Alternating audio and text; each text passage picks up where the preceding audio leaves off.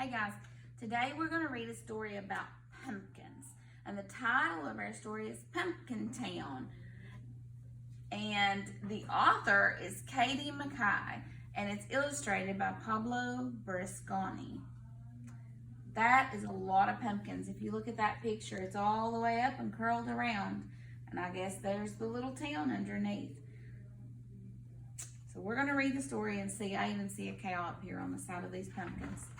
We're going to read and see what happens in Pumpkin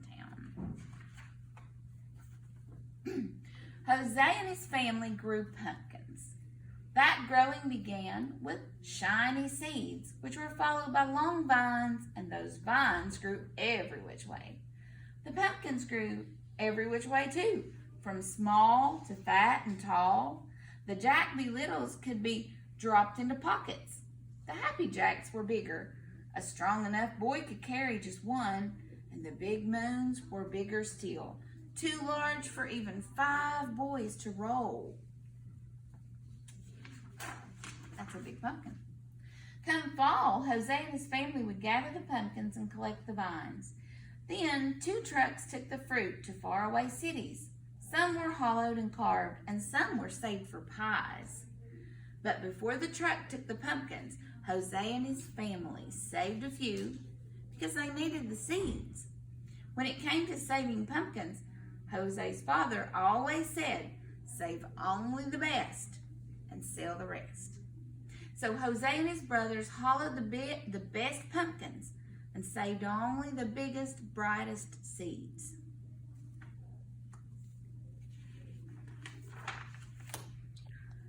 They took the duller, smaller seeds to the edge of the field overlooking the town and tossed them. But one gusty, dusty October day, when Jose and his brothers took the lesser seeds to the edge of the field and flung them, the wind caught those seeds and carried them and didn't let them loose until they fell like rain down on the distant town, while the seeds slipped into straw roofs and settled into flower pots and sprinkled gardens. And that seemed to be the end of it.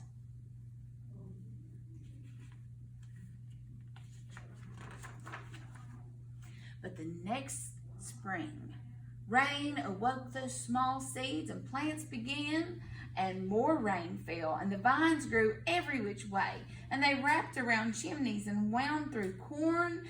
At first, the townspeople liked the vines, for they were lovely and delicate. But then the vines began to climb up and down and around them, growing leafy and thick.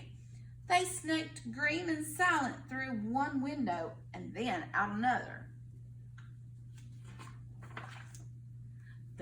Then the fruit grew and grew and grew every which way, and soon the townspeople were stepping over pumpkins and around pumpkins and under pumpkins. Why, it was hard to even walk 1 block. Rooftops sagged under the weight of the Big Moons, and fences fell, and when the wind blew, one had to dodge Happy Jacks and Jack Be Littles from falling from trees. Oh, nothing is worse than pumpkins, groaned the townspeople.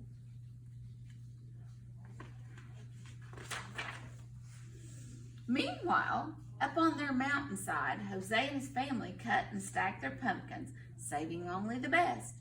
And when they were done, they stepped back and said, oh, nothing is better than pumpkins.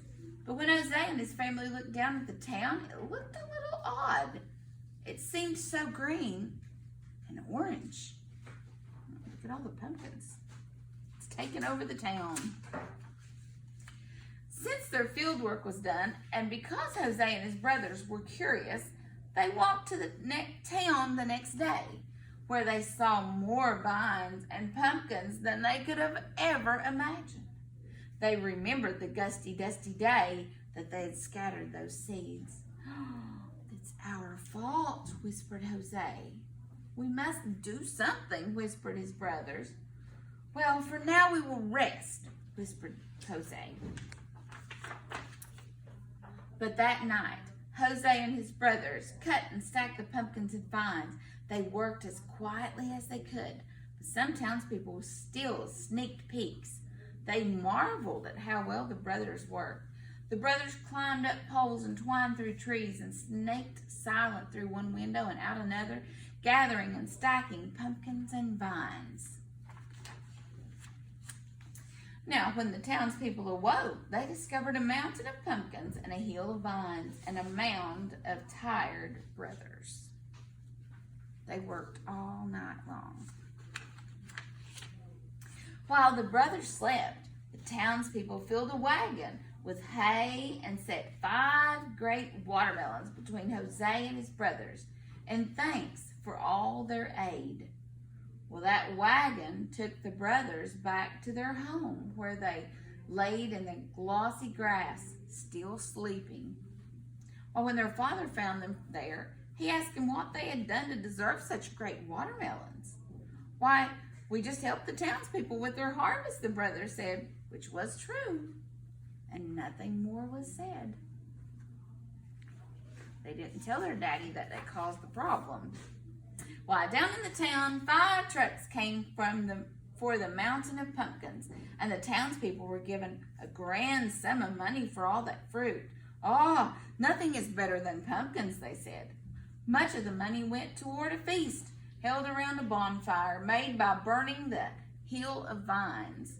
It was decided then that the rest of the pumpkin money would be spent to carve a statue, and the statue of the 5 mysterious brothers who had made a mountain of pumpkins.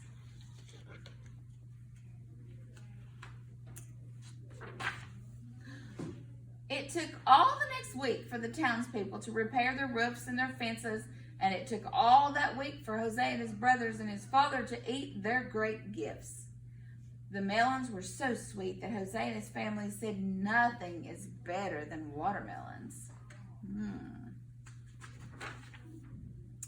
"Be careful with the seeds," Jose's father said. "Our field grows pumpkins, not watermelons."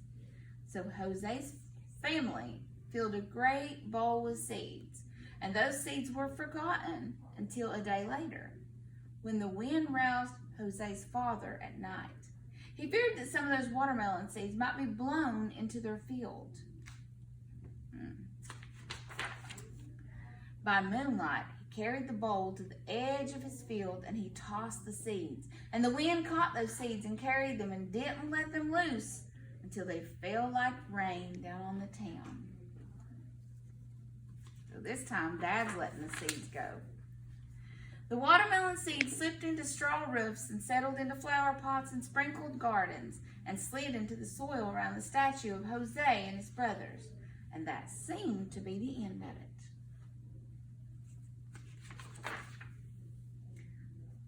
Wonder what happens next.